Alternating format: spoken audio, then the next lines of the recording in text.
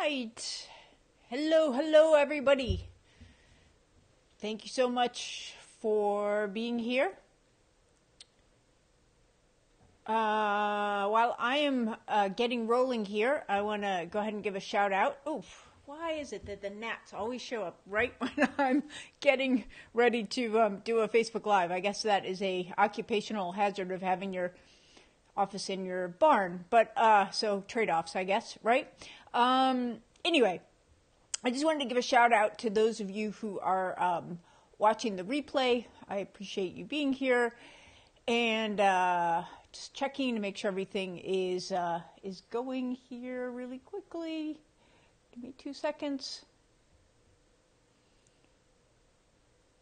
I want to be able to, what I'm looking for, by the way, is, because this is going to be a little bit more like a webinar, so I want to make sure that I have, I'm able to see your comments, because I am going to do a Q&A at the end, so I'm just trying to get my comment manager up now that we're live.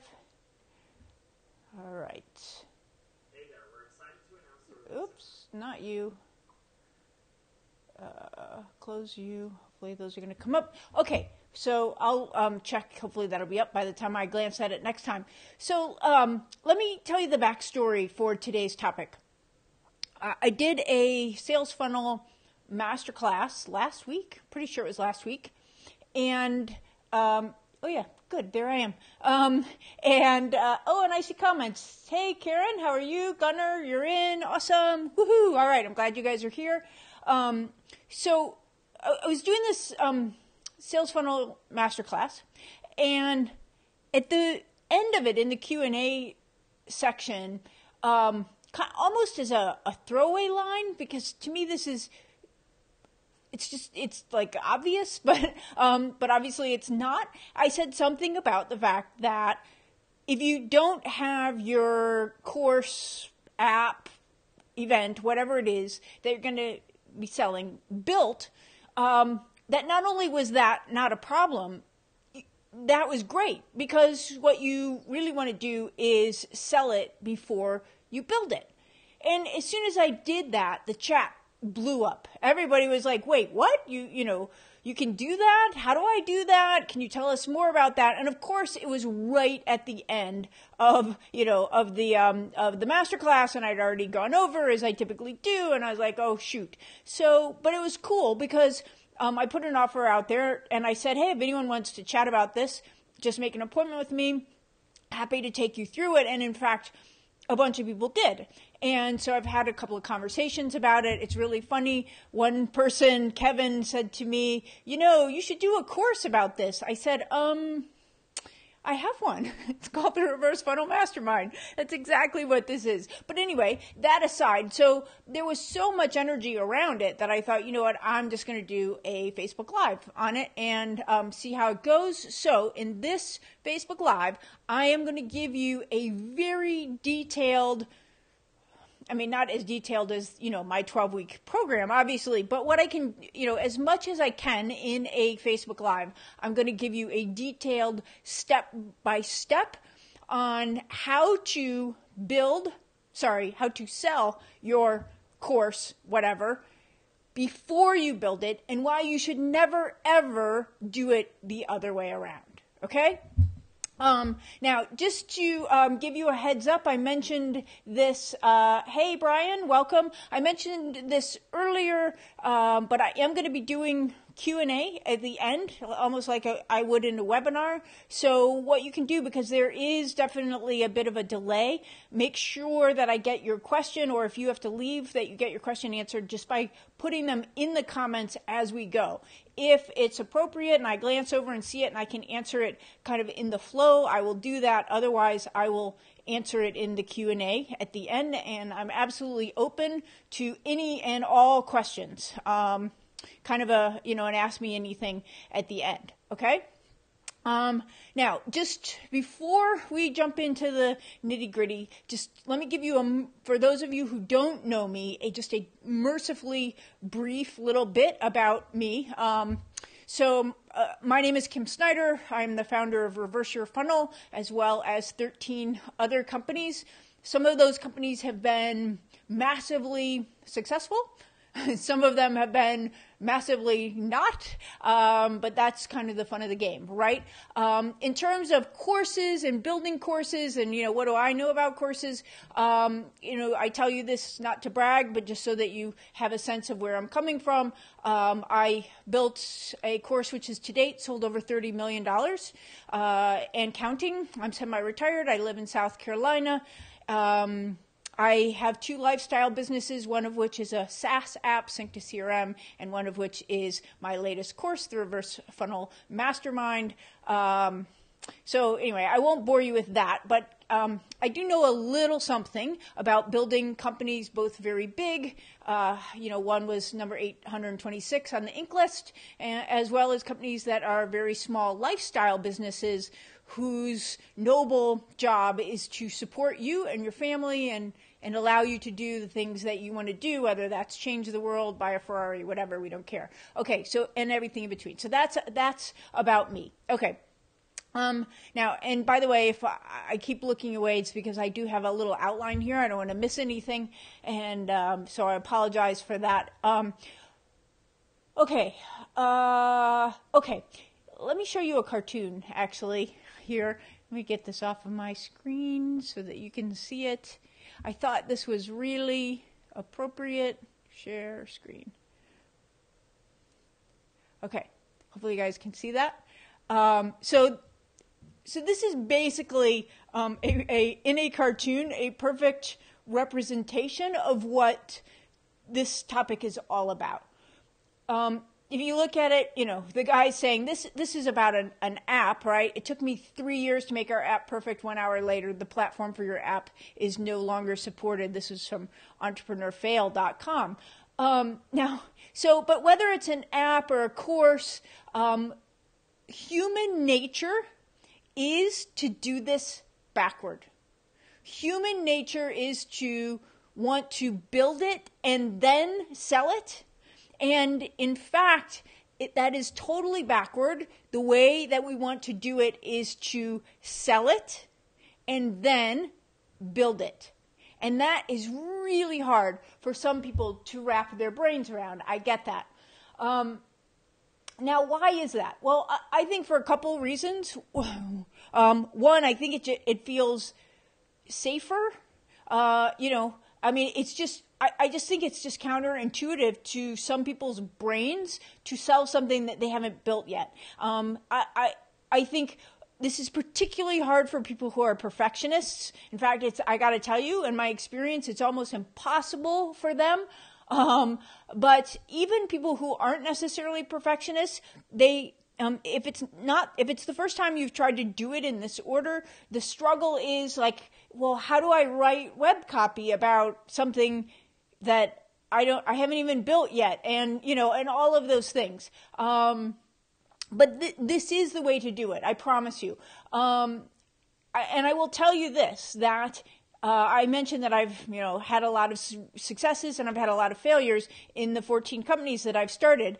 I would say that almost without exception, every one of the failures that I've had, and failure, can encompass a lot of things, obviously, but it doesn't necessarily mean like it was just a wretched failure, although some of them were. But, I would consider, frankly, Sync to CRM, which is my current, which is a software app, I would call that a failure, because in that case, it's not that it's not profitable. It's not that it's not a nice little business. It is. However, we did that backward. That's one of the ones, every single one I've done backward, where we built it and then went and tried to sell it, ended up costing way too much money. If it gets traction at all, which thankfully Sync to CRM did. Every one of my failures have been built, then sold, and almost without exception, I think, and in particular, the biggest successes I have had have all been sold and then built. Okay? So, let me tell you why this is particularly important. And it's interesting because in Silicon Valley, this idea is almost like a given, But in some ways, or in many ways, I would say this. Oh, by the way, if you're not from the United States, Silicon Valley is an area outside of San Francisco. It's like our big startup area. So when we call Silicon Valley, we're basically talking about the startup culture in the United States. And to people who start, who are trying to build the next Facebook, this idea is just as obvious as air to them.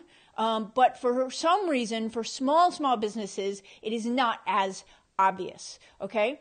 And what's interesting about that, or ironic about it, is that it is more important for a small business than it is for a big one. And that is because we really can't afford to take the risk that we, like the cartoon here, that we spend 3 years on something and then people don't buy it, or they want different features or what have you. Okay. Like we have to get it right. We just don't have because we don't take investor money, all that. We have to get it right. And the only way to do that is to sell and then build.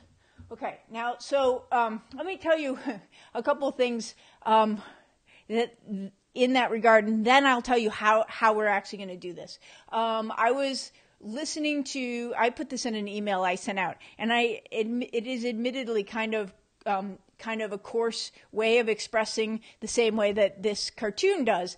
But I was listening to a podcast, and the other day they were interviewing the co-founder of a $1 billion gaming company. And she was talking about this very concept, about how, when, she is trying to get her developers to ship.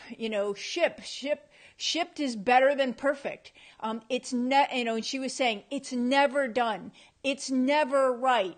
It has to go out the door. And when people push back against that, her answer to that is, how do you know you're not polishing a turd?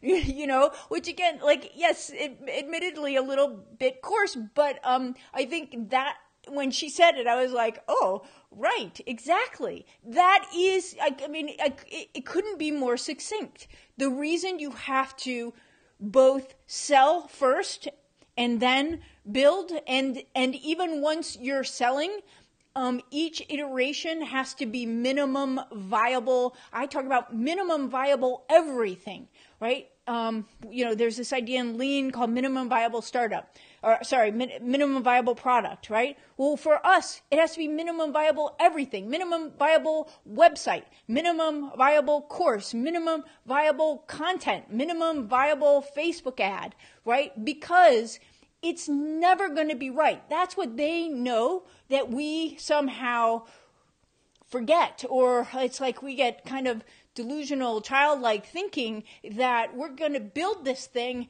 and everyone's going to love it. It's going to be perfect. It's going to be right. Immediately, right out of the block, we're going to get the messaging right. We've got the problem right. We've got the way of describing it right. And it's just going to be like magic, right? And that's childlike at best, arrogant at worst, because what people who do this for a living know is that 80% of everything you try will not work. And that it's the people who try little bits and then and it's like a breadcrumb trail. So I build this little thing, or I put this little bit of messaging out there, or I try this idea, and when I get a little bit of a hit, I go in this way and then that way. And I follow the breadcrumbs and gradually build things up based on feedback loops until what everybody in the world sees is that hockey stick. But what they don't see is that, all the failed everything, failed blog posts, failed Facebook ads, failed courses, failed ideas, that came before that hockey stick. And by hockey stick, what I mean is that, you're going along like nothing, and all of a sudden it takes off. The revenue, boom, it goes like this. And so just so that's your clue, right? That's what we are building, this process that I'm about to tell you about. about selling and then building, you know that you're starting to get it right every time you see that little hockey stick. And until you do, you have nothing, really. Okay? Is that making sense to you guys so far? Any questions, comments, thoughts before I move on to the kind of the meat of how we do this? Okay? Again, if you have questions about any of this, and Karen, I did see your questions that you posted on the event, and I'm going to try to weave those in. Just go ahead and put them in the comments right now, and then I will make sure that I get them answered. Okay. All right. So I'm just going to take off this cartoon here for a second. Go back to this, to me. Okay, bear with me. Okay, so here's how we're going to do it. These are the steps. Now, in the startup world, they call this finding product market fit. Okay, that's the fancy name for it. And here's what you're going to do. So, because here's what I see happening. I've seen this in so many of the questions and comments that I'm getting. When I ask people what their challenge is, similar to what you wrote, Kieran, it's like people say it's like there's all these roadblocks to getting going, right? To bringing their idea to the world. The technology is too confusing. I don't know who to sell it to. I don't know what platform. I don't know how much to charge for it. I don't know what to call it. I don't know, who to sell it to, blah, blah, blah. Okay. You're not supposed to know that when you start. What you're supposed to do is go through a process which gives you a hypothesis about those things that you then begin to test and iterate through. So here's how we're going to do that. You may have heard me talk about this. The very first thing that you're going to do, okay, again, and this is, you haven't built anything, let's just assume. You have an idea, okay?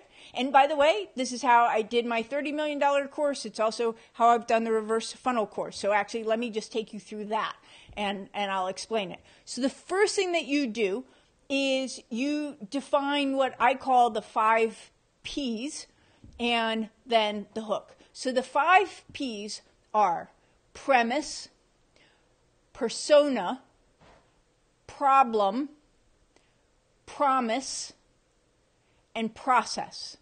Okay, let's go through those individually. Premise, persona, problem, promise, and process. So your premise is your big idea. And the big idea is it's like everything that you talk about, everything kind of hangs off of this premise. So for me, my starting premise was, and actually still is, this has not changed since I started working on the reverse funnel, is that what works for the big guys does not work for little guys. And that what we are hearing, is counterproductive and leading us astray. Okay? So that's my premise. What works for the big guys does not work for the little guys. Now, that's my big idea. The persona is your ideal customer. And I know, right, because I see in the questions, well, I'm not sure who I should be selling to. And I get that. But you've got to start somewhere. And what you're looking for, this is, and just so you know, what's kind of hard about these 5 P's is it's a little bit like, they're kind of like a soup. In that, like, you can't really define the persona or the problem until you know the persona, but what if the persona that you've picked doesn't have the problem? You know what I mean? So it's kind of like a soup that you've got to work your way through. But so the persona is who is your ideal customer? Okay, and that has to be really, really super specific. The biggest mistake somebody makes is by trying to sell to everybody. And no matter how specific you think you've gotten, you're still not specific enough. So for example, I might have started with micropreneurs, and then it became micropreneurs who are in the info business, who are in the expert business. And then it became, now I'm testing an idea, micropreneurs who have an idea that they can't get to market yet, right? So, and maybe that's still not specific enough, okay?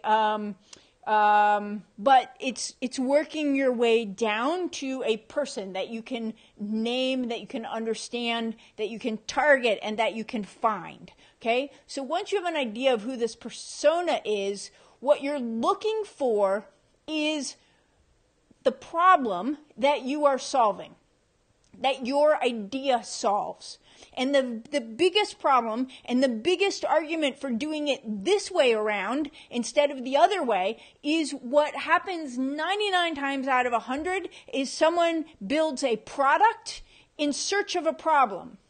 And the thing is, nobody buys your product ever. They don't, excuse my language, they don't give a shit about your product. What they care about is you solving their problem. So if you want to sell something, you've got to find the problem. Either the problem that your idea solves, or ideally, forget that, go find a problem and then build the solution around it. But at a minimum, you have to find the problem that your idea solves, which is why until you really, because not only do they have to have a problem, it has to be a painful enough problem that they will take their wallet out and pay you a significant amount of money to solve. And by significant, that can be different for everybody, but it's got to be significant enough to be able to at least cover the costs of marketing to them, right? So, if you think that you're going to sell, 100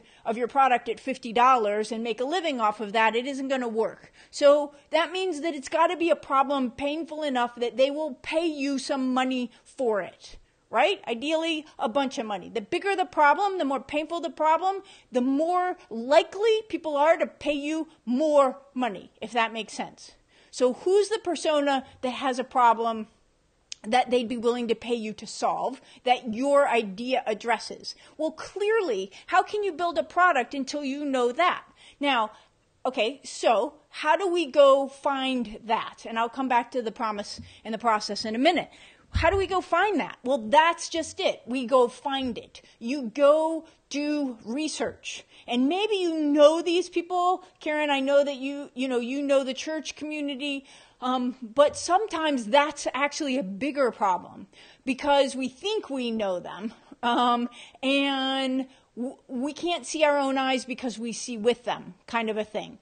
So what you need to do is you need to do research. What you are looking for is where are people expressing problems that they need solved. And there are a number of ways that you can do this. A lot of times you can do it by going to look at Amazon books that are written on your topic, and by topic I mean specifically the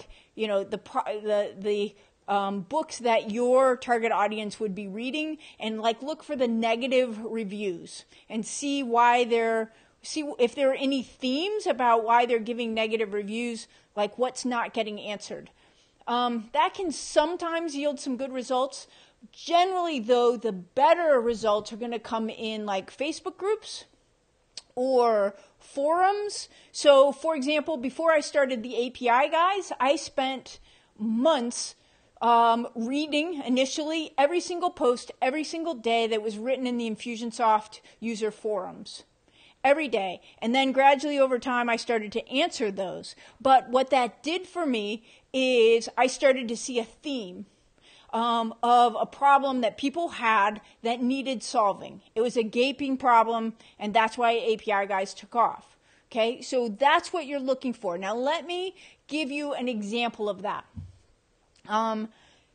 Here's an example of one of my students, and in a market that she was familiar with, but wasn't seeing the forest for the trees. Okay, so Heidi teaches adults how to color. And they work with, anyway, a lot of these people use it for chronic pain and some just for relaxation, whatever. And she's an amazing artist and she teaches people how to color. Now, when she first started, she thought the problem that she was solving was teaching people how to color. Well, okay, first of all, there are a million people out there who are teaching that same thing. So there is nothing unique about that. There's nothing that makes my head snap when I hear that. And I'm not going to pay you a lot of money for that. However, when she started looking in the Facebook groups that she was in and reading the comments from people, like this theme evolved about how people were ashamed of what they were creating. So ashamed that they would write things in the Facebook, they would post their pictures in the Facebook group and say, admin, if this is really, terrible, delete it, and things like that. So there was this huge amount of shame that adults had about their coloring. And so anyway, so she finally came up with this idea, it's her hook, but that the problem she was solving is helping people make art, which is a highly charged word for them that they'd be proud to show their friends and family, right? The problem that she was solving wasn't how to color. It was actually how to be proud of this thing that they enjoy. And anyway, so, okay, so do you see the distinction? Now, that's something people will pay more for than just how to color, okay? So that's what I mean by finding the problem that you solve, and you're mining for that. You've gotta look and listen really hard. Now, by the way, let me just tell you what I'm doing. I am testing. Remember, I told you what was the backstory on this very thing about selling before you build, right? And I said I was in a webinar, and like 5 or 6 people went, "Wait, what?" Right? And then some made an appointment, so this is so key. I listened, and I went, "Aha!" Right? Energy around that. Okay, so there might be something there. I already have a course. I'm positioning it this way. The course solves this problem that all these people had, and they didn't even realize my course solved that problem. So that's a problem that people have that I heard, and now I'm going to go test and see, which is what I'm doing, what I have around that, which I'm coming to next. Okay, you guys understand that? So you're looking for a problem that your idea can solve. Now, sorry, I'm glancing at the comments. Once you've got this hypothesis of a problem that you solve, okay, then what you have to do is you flip that around and what's the promise that your product is making, okay? So it's obviously that you are going to solve this problem, but you have to write that out in a way that resonates with your persona, right? So these are all things that we're writing out. Okay, so what's the promise now that your product makes, which is obviously to solve the problem? And then you've got a process. Now, you are always going to name your process so this is really important, you guys. Remember I told you that people don't buy your product, they buy you solving their problem. So what they're really buying, if you think about it, is they're buying a transformation. This is critically important. There's a before state where they are today, which is with the problem, and there's an after state, which is what things are going to look like after your product, right? That's the transformation. That's really what you're selling, really. And so there has to be some process if we're in the expertise business that gets them from the before state to the after state. And it's a psychological thing, but you have to name that process. If you don't name it, hence the reverse funnel, the Snyder investment method, the whatever, okay, in one of my videos, I was showing 1-800-GET-JUNK, and they called it, their super simple junk removal process. It almost doesn't matter what you call it, but it has to have a name, because it's almost like people, without having your process named, they doubt that you're capable of helping them make that transformation.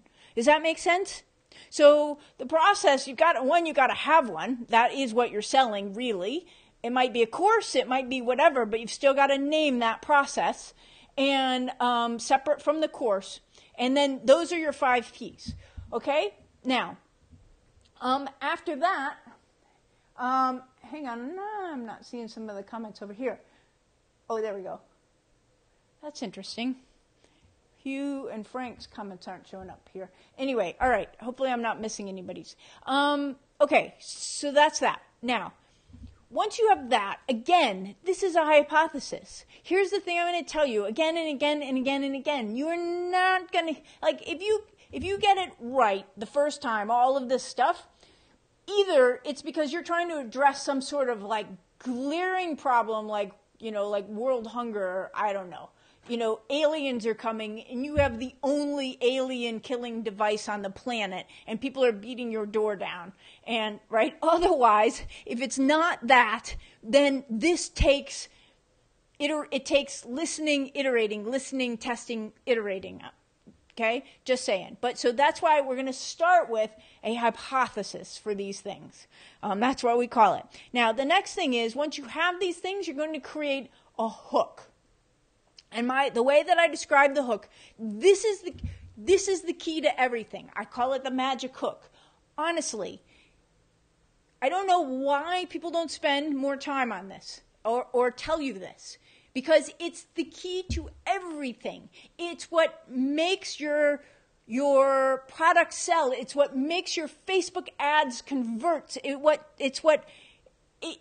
put it everywhere. And when people, I'm getting down a rabbit hole, and I don't want to go there, but when people tell you that you have to create a bunch of content to warm people up, that's a crutch. It's because you don't have a hook. When you have a hook, people will buy.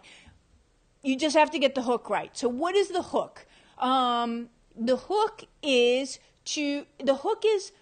a way of stating the problem and or promise in a way that makes someone's head snap. And you may have heard me say this, but the idea is that if your persona, your ideal customer, is at a party, 10 feet, 20 feet away, and someone says to you, "What do you do?" and they hear your hook, that they immediately go to the person that they're talking to. Wait, sorry, I don't mean to be rude, but I need to hear what she is saying. This is what I call the head snap. It's like when someone says your name from across the room and you go, "Oh, wait, what? What are they saying about me?" Okay, your hook should do that. It creates an energetic response from your ideal customer when they hear it. That's its job. That's its only job. Okay? It's to say, "Hey, you got a problem? I might be able to solve that for you really quickly." That's your hook. Now, in the masterclass, I talk about, and in my course, I talk about different ways of building the hook.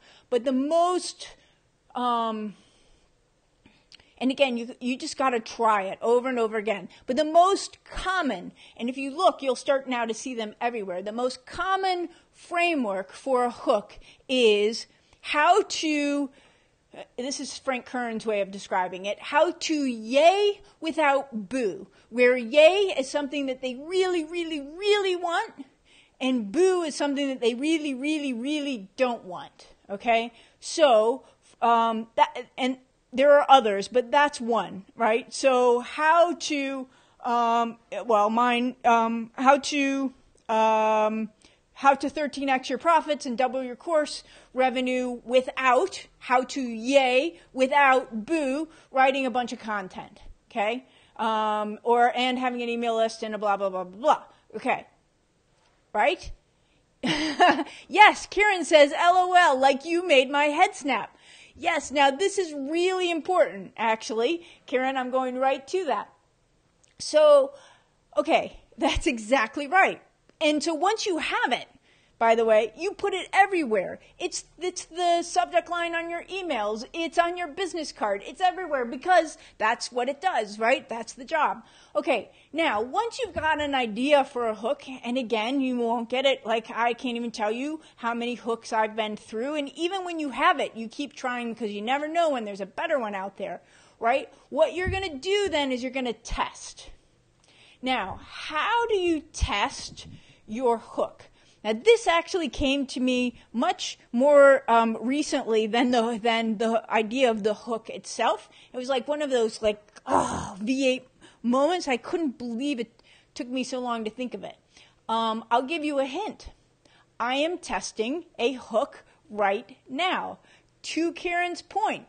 Now, this is a little bit more detailed than how I teach people to do it in the workshop, but broadly, you do Facebook Lives just like this and the title is going to be your hook, okay? And you can come up with 10 hooks and do 10 sorry about that. Do 10 Facebook Lives or 20 or 50. You just keep doing them. And what you're looking for is the Facebook equivalent of the head snap. And what's the Facebook equivalent of that? It is people showing up, right? They don't even have to watch. And by the way, normally my test Facebook Lives would be not, we're 40 minutes in. They'd be 5 minutes, 10 minutes tops. You can see some of them on my website, on my Facebook Live page, okay? Because at this, all you're doing is you're using the title, you're putting it out there, and you want to see, and maybe nobody even comes when you're live to begin with. It doesn't matter that you don't have a bunch of likes or shares or anything. What you're going to do is you're going to make an outline, and you're going to use your hook as the title, and you're going to talk about the hook very aggressively. You don't want to bury the lead, right? For like 5 or 10 minutes, and then it's called boosting a post. It's a way of taking a Facebook Live video, spending $1 a day to show it as an ad to your target audience. And then what you're looking for is just to see how did people view it? Because if it's close, and I put that hook as the title of my video in front of the right audience, whether, forget what's in the video, right? First, how many 10-second views did I get? And if I get a bunch, I know I'm on to something, right?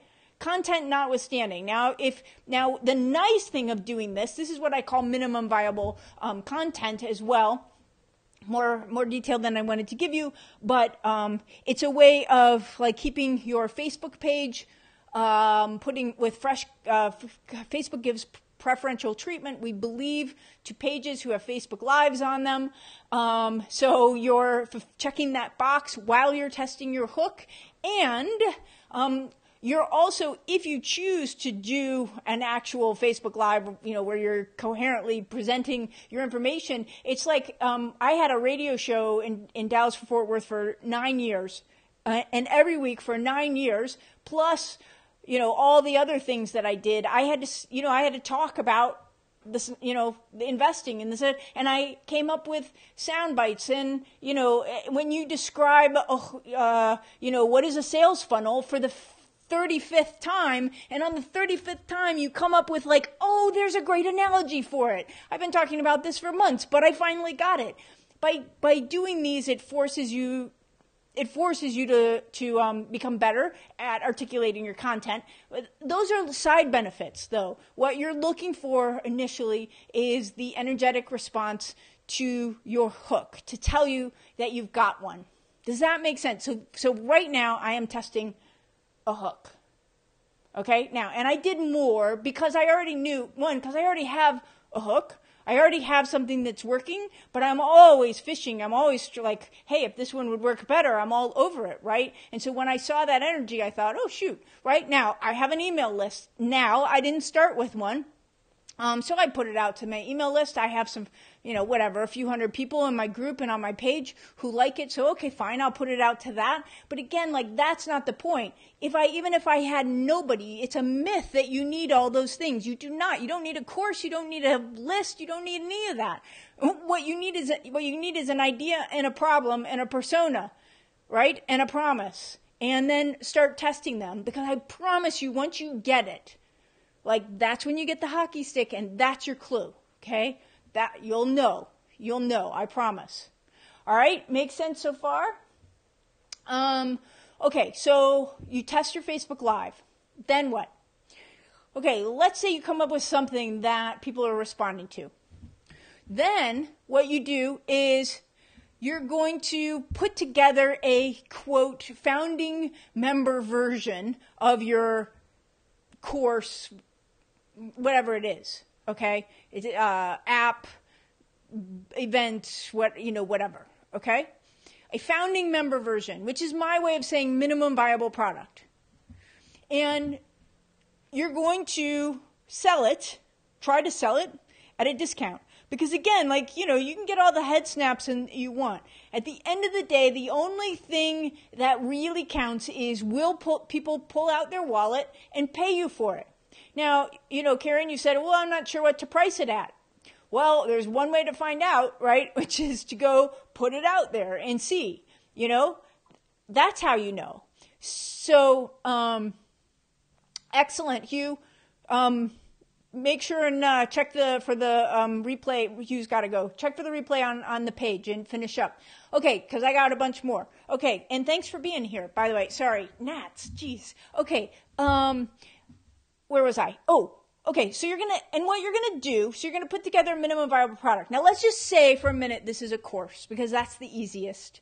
And I'll tell you how I did it. So, I had a little bitty list, okay? And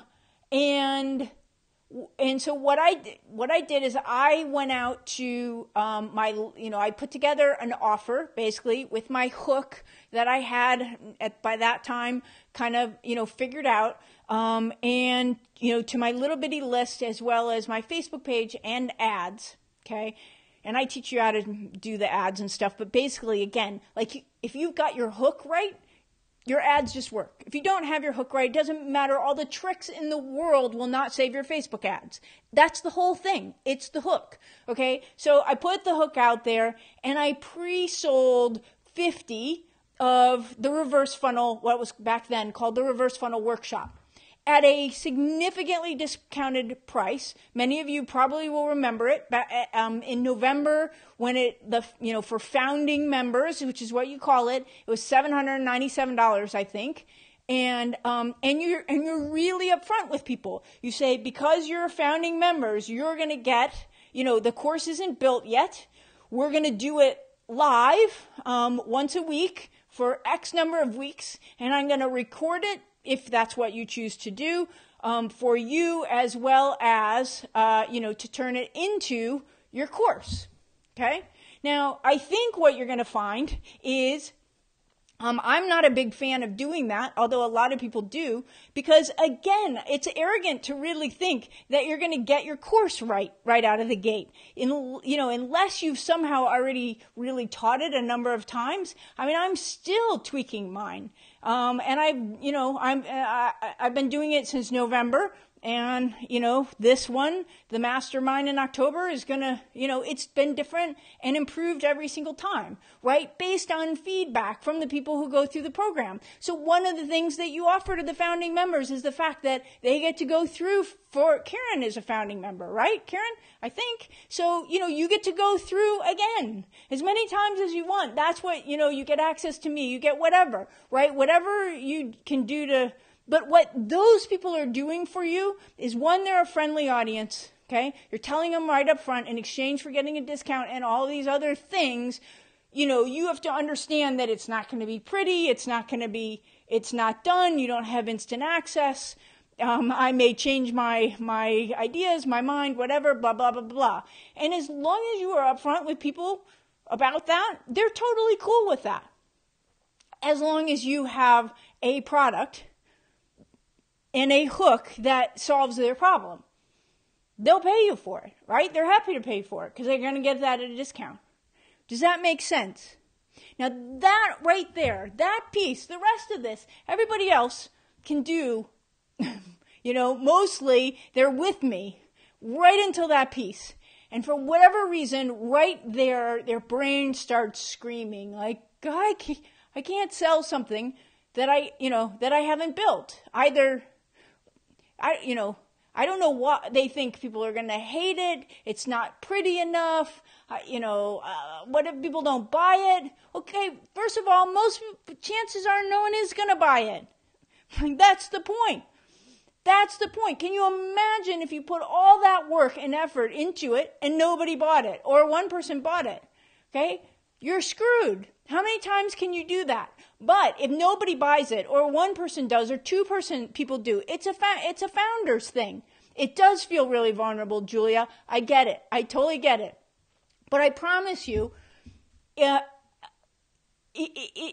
people are okay with it. And let's just say only 2 people buy it. Okay, cool. Like totally your call. You could say, you know what? I am willing to do it for 2 people to get the whatever, to get it built, to get the experience. I think maybe if I changed the pricing, more people would buy it. But like if that was the case, what I would say is, and there is absolutely no shame in this, and because you were up front, you cancel it. Right? You just say, hey, I didn't get enough interest in this, and refund their money and keep going, keep iterating, start again. And then there's this fear like, oh, I've failed or yeah, exactly. Julia says, I can see how to put a positive spin on this. Plus, people like a good deal. Exactly. Like people want to help you. That's the thing you got to understand. Like if at the end of the day, they feel like they're getting in on the ground floor. They want you to succeed as long as you are transparent with them, and if you cancel it, you cancel it. And, it's not like, oh, they'll never come back. And if they did, they probably weren't your people anyway. But most people will. They'll keep watching, whatever. So that's how you do it. Okay. That's your minimum viable product for your course. And you keep trying, okay? You keep trying. There's somewhat unrelated. Some of you may know I play polo. I'm semi-retired, and my passion is playing polo. And I was reading a book called The Champion's Way, and there were 2 Zen Buddhist quotes in it that both were highly applicable, and I needed to hear with regard to my polo, but also for you. For this, I thought, you know what? Gosh, I needed to be reminded of this so much. So let me share them with you. The first one is, the arrow that hits the bullseye is the result of 100 misses. Right? So this is so crucial. Whether I'm out on my polo pony, there are some shots that are really hard that most amateurs never try to make because if they miss and they feel bad about themselves. Oh my gosh, that was so terrible. So they don't try. And they never learn. They never get it, But the arrow that hits the bullseye is the result of 100 misses. So to your point, Julia, about feeling vulnerable, if you can kind of hold that idea, like when things don't go, when we're not instantly brilliant, and you can just say, no, that's one of my 100 misses. And maybe it's whatever, maybe it's 10, maybe it's 1,000. But for me, that helps me feel a lot better about my misses. And believe me, for, as many times, as long as I've been doing this, I have misses all the time, not in polo, in business. Like, I totally screwed up. I broke my funnel 2 months ago. It was going great, and then I took a stupid right turn, and I totally broke it. And now I'm having to go back and, get back on track. We all do it. It's a miss. I learn from that, right? So here's the other one, and I really, really like this one. It's from the Tao Te Ching. I probably pronounced that improperly, but it says, hold to the inner vision. Start again, Kim. Where am I? I just got rid of my notes. Hang on. Okay, there it is. Hold to the inner vision of gradual flowering of potential. Avoid haste. Do not jump ahead blindly. Enjoy the moment of waiting to be. I loved that. Enjoy the moment of waiting to be. I am nothing if not impatient, and like I want everything to, there's another saying, nobody gives birth to an adult. I tell myself that all the time, right? Because you forget, like when you build a really big company like I've built and sell it, like you forget how long and how hard we worked to get it to do that. It's like it's like childbirth, I think. You remember the good part, but you forget, like it took years to get it going. And then, so to think that, okay, well, that I can build that and snap my fingers and have that is wrong. It's arrogant. And so the whole point of doing it this way, in reverse, right? The lean startup meets the one thing, is so that you don't die, you don't run out of time and money and passion until you, and beyond that you find like the most efficient path between nothing and having something that people will pay you for, in the quickest manner possible. Without blowing your powder keg, so to speak. Does that make sense to everybody? Okay, I really love that about waiting to be. All right, I went a little bit longer than I thought I was going to. As a parent, I resonate. Good. Okay, let me see what questions that we have here. Anne says you can still have modules of what you are expert at and that you would include if they want it, ready to go in some form. That reduces some fear. It's true you can. However, let me just warn you in advance that that's a really slippery slope, right? Because it's like potato chips, you can't eat just one. And I just can't tell you how many people I have seen never launch because that, like, whatever it is, that perfectionist thing or that, like, they can't get around the fact that their course isn't done or isn't perfect or isn't, right? So I almost think it's better to have none. Now, you should know what you're going to teach. If you looked at because you have a process and you've named it and you've thought about it. I mean, I'm not saying that, right? But you haven't built anything. You haven't invested time or money or figured out the technology or any of that. And moreover, let me just say this. Let's just say you get enough people to do your founder's version of whatever it is. Okay? You're not going to spend a bunch of time and make that pretty or beautiful either. And people are okay with that. My first and they are still ugly, actually. They are still minimal. I do my notes on Google Docs, Google Word, and, I have plain white PowerPoints. And because this is the thing, you guys, people really don't care as much about the aesthetics as you think they do. If you kill them with great content, they will get over the rest, especially when they know that this is the founder's version, right? And then later, when you get the hockey stick, okay, which means that you're on to something, then you start pouring money and time and effort, because then you can hire people if you want to do it that way. And Julia, I think this was totally your point, on the messenger chat about the technology and when do I hire people. You don't hire people. You do minimum viable product. It can be it can be ugly, whatever, it can be very minimal. And then once you get it, people will still pay you, and then you hire people to make it pretty, make it, whatever. But I would still encourage you to keep it low tech, because I promise you will still change it a lot.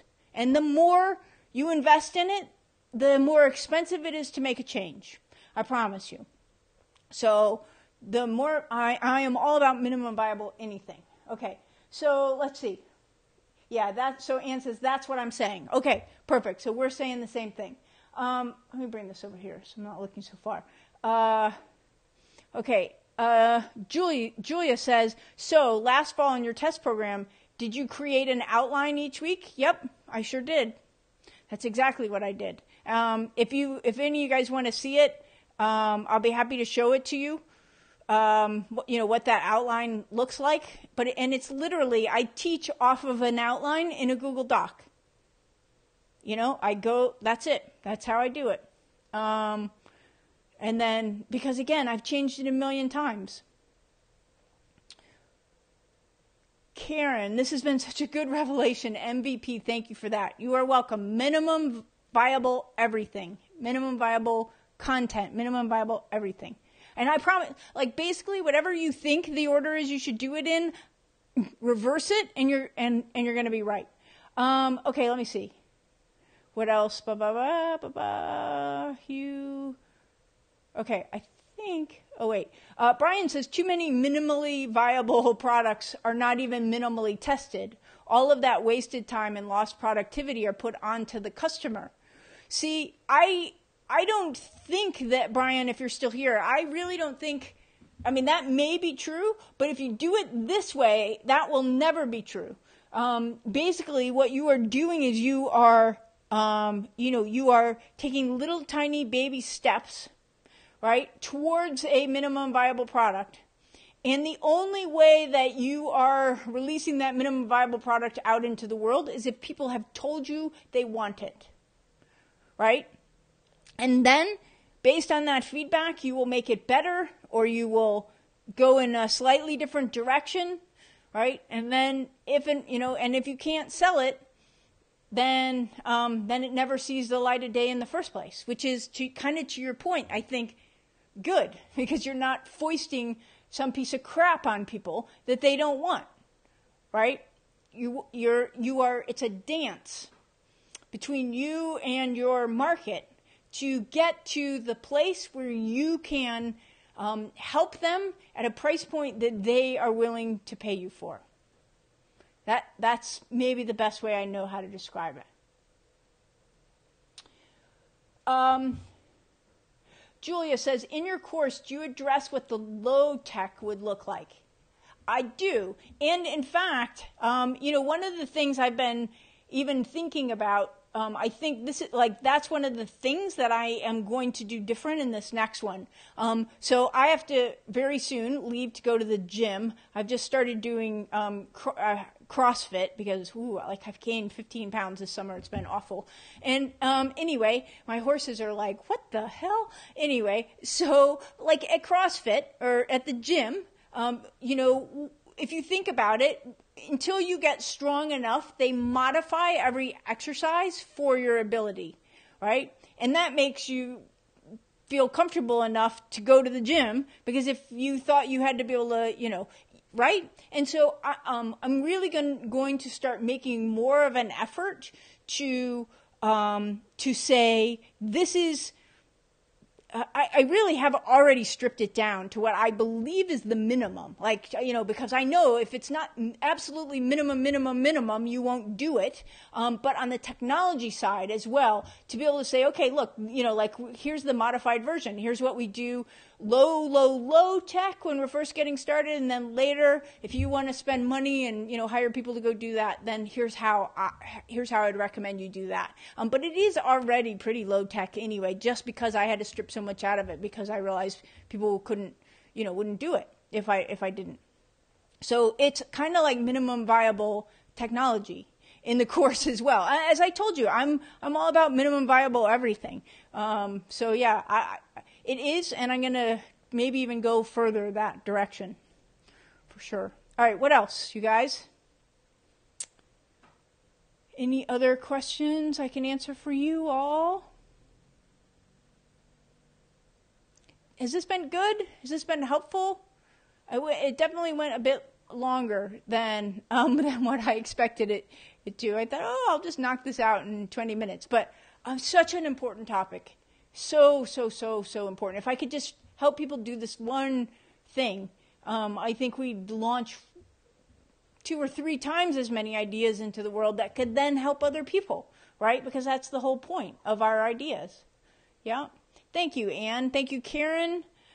All right. Very good. If there's, by the way, this will be up on my page and in the group. If there is someone that you think could benefit from this, would help me out if you would share it. We'll see how much, because again, I'm testing an idea, see how much energy we get around it. Karen, the hook structure is very helpful. Good. I'm glad. There's definitely more. But now that I've told you that, you'll see it everywhere. As you watch, see Facebook ads and stuff, you'll see it everywhere. How to yay without boo. It's just the easiest thing. All right, you guys.